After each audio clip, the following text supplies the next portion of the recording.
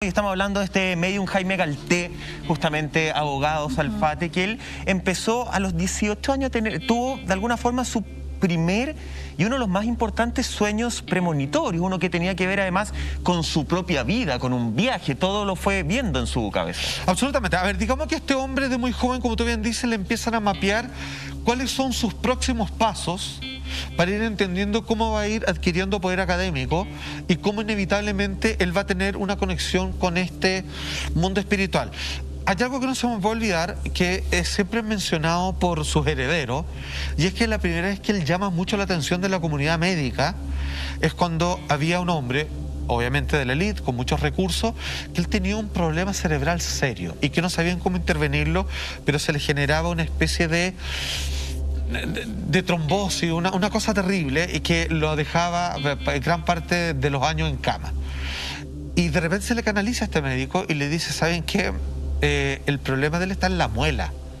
Se dice, ¿qué? Le dice, tiene una muela atrás que está con un problema de caries, y sin que se dé cuenta, porque no duele, está infectando parte del cerebro que lo paraliza y todo lo demás. Que era imposible llegar a ese diagnóstico. Nadie puede saber eso. Es como tratar de buscar, digamos, que estás perdiendo la vista en la uña del dedo chico del pie. Claro. O sea, no había cómo hacer esa conexión, menos en esa época. Finalmente le hace caso, le extraen la muela, ven que claramente tenía un problema, comienzan a entender de cómo esto se pasaba como de una neuralgia, un problema cerebrovascular, y el hombre se cura definitivamente. Y ahí es cuando se le abre esta oportunidad donde él dice, él no solamente se comunica con el más allá, sino que le hablan con una verdad que está imposible de acceso al mundo científico o al conocimiento humano así per se. Entonces, uno tiende a pensar que este tipo de personas con estas capacidades se le acercan ciertas entidades a entregarle mensajes, ¿o no?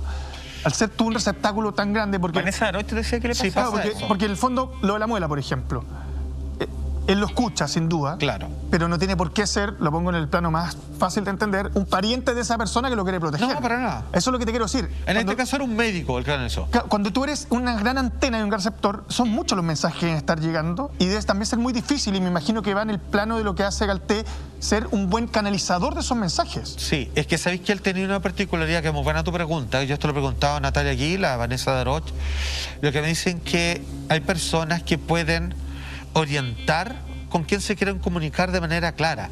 En el caso de Natalia, ella tiene que estar como luchando, porque es como que están hablando toda la vez, como que dicen, claro, quiero hablar con el abuelo de Juanito.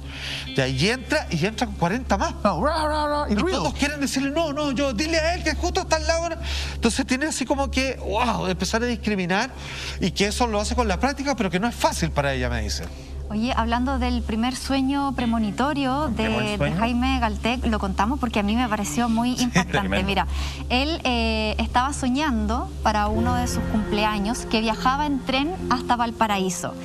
Y en Valparaíso entraba a un hotel en donde se encontraba con su padre ya fallecido, y el padre le decía en la habitación número 28 que tenía que ubicar a un abogado de apellido Rafael de la Viu, creo, sí, y él tenía instrucciones de entregarle unos títulos y además de eso, un sobre sellado en donde había un reloj, una argolla y 1.900 pesos, que para la época era mucha plata, claro. Entonces, bueno, despierta Galté y empieza a ser un hombre muy racional. Él dice, voy a viajar a Valparaíso. Y decide ubicar al abogado de la Viu, quien le confirma efectivamente que había un sobre para él. Este sobre él lo abre, y me van a creer que se encuentra con los 1.900 pesos, se encuentra con un anillo, claro, y también se encuentra con un reloj. Todo lo que había soñado. Tal cual se lo había dicho su fallecido padre en su sueño. Ultra sensible. Este fue el primer sueño que a él lo marca y que también le despierta la curiosidad, y él mira cómo es el tema físico y la conexión interna que uno puede llegar a hacer de seguir esa intuición, ¿cierto? Es como lo del doble cuántico que hablábamos la semana pasada, eso de que la mente viajaba a la velocidad de la luz hacia el futuro, recogía la información, la memorizaba, la traía al presente para poder tomar decisiones.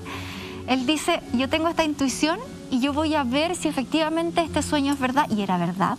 ¿Era verdad, Salfate? Sí, fíjate que aquí es cuando muchas veces invitados que son, digamos, que trabajan estos temas, nos dicen que es cuando uno logra distinguir que si el sueño es parte de los productos fantasiosos del subconsciente o que viene incluido un mensaje y una experiencia directa con algo más allá de lo habitual. Y que pues, sucede mucho en las diferencias cuando uno sueña con un pariente fallecido, donde le ve el rostro, donde ve nítidamente su ropa, en donde ya sea desde el silencio, a veces se te presenta sin decir palabras, pero transmitiéndote una sensación o dándote instrucciones muy específicas, uno despierta en ese momento como hasta acá llega la comunicación, despierta, no se te vaya a olvidar esto, y ahora actúa, digamos, claramente, digamos, qué es lo que yo te estoy pidiendo, te solicita que haga un cambio en tu vida o anda a hacer tal o cual cosa. Y en este caso, como bien dice Monty, él supo que esto no era un sueño. Son mucho más vívidos, o sea, no, sí, claro. No se parece a un sueño. Los sueños son interpretación. Claro, acá es como número, pieza de hotel, tanta plata, era un mapa. Claro, es literal, pero hay algo, recordarlo, mira, sí. Voy a poner un ejemplo. Mi abuela falleció hace 3 años y yo soñaba con ella en algunas ocasiones. Y la última ocasión que soñé con ella, yo cada vez que sueño con ella la veo y sé que está muerta. Y es como que me vino a ver y la abrazo. Hago lo mismo en todos los sueños y le digo que la amo. Y cuando la abrazo, y cuando despierto al día siguiente, sí siento que estuve con ella y que la abracé físicamente. Tú en los sueños no sientes, ni oyes, ni muchas cosas. Entonces, sin embargo, uno lo puede sacar de esa categoría. Los sueños son un poco más esponjosos, por decirlo de alguna forma. Claro. Oye, acá estamos hablando de los sueños premonitorios. Pero también empieza un minuto en que ya no solamente sueños, sino que él empieza a entrar en una especie de trance. Y es justamente en una reunión de espiritistas, ¿cierto? Sí. Donde, con Ricardo Con Prat. el hermano Arturo Prat. Justamente, el hermano Arturo Prat. Y en el fondo lo ve, lo conoce y le dice, ¿sabes que yo te voy a invitar a una reunión, a una junta que nosotros tenemos, qué sé yo, va a ser bienvenido? Y él como que lo introduce a este mundo de estas reuniones, porque hasta ahora solo hablábamos de sueños. Y lo lleva un día a una reunión. Y dice ya, todos sentados en una mesita, qué sé yo, alrededor. Mesa redonda. Mesa redonda, siempre redonda. Vamos a poner cuadrada esta mesa, por favor. Pero ojalá. No, la vamos a poner cuadrada. Es como que sí que no. Y resulta que él de repente está ahí y empieza como a entrar en un trance. Y él pide inmediato, dice, necesito un lápiz y una hoja. Para hacer psicografías. Claro. Como Psico Javier, psicografía. Muchas gracias. Entonces le pasan el lápiz, le pasan la hoja, y él de repente empieza a escribir un mensaje de un marino de Litata. Primero, él lo que dice es que el barco se está hundiendo y que hay un dinero que él quiere que se reparta entre su señora y otra mujer, qué sé yo, en tal lugar está esa madre. Y el barco se está hundiendo. Él sale de ese trance y lo primero que hacen es como de repente empezar a averiguar, a llamar, qué sé yo, oye, el Itata, qué sé yo, se está hundiendo. Le dicen, no, ¿sabéis que no? ¿El Itata? No, nada que ver, está en perfectas condiciones. Y ahí Galté queda como súper desilusionado, dice, claro, chuta, como que ya la embarré, qué sé yo, Claro. qué lata, me pasé de revoluciones, como dirían en México, me pasé 5 hectáreas. Y después al ratito, a las horas, qué sé yo, dicen, ¿sabéis qué? El barco se hundió. El barco que él había avisado que se iba a hundir porque estaba con un mensaje de un marinero hace un par de horas que se estaba hundiendo, efectivamente el Itata se había hundido. Empezaron a ver la lista de los marineros y estaba el marinero que él había tomado el contacto. Hicieron todo el recorrido nuevamente de ver dónde estaba ese dinero para su señor y su madre. El dinero existía, existía la señora, existía la mamá. Canalizó a alguien vivo que le estaba avisando, incluso una cuestión muy rara, Salpati le estaba avisando que en un rato más el Itata se iba a hundir. Podrían haber evitado el hundimiento si efectivamente le hubiesen creído. Eso es uno de los tantos casos de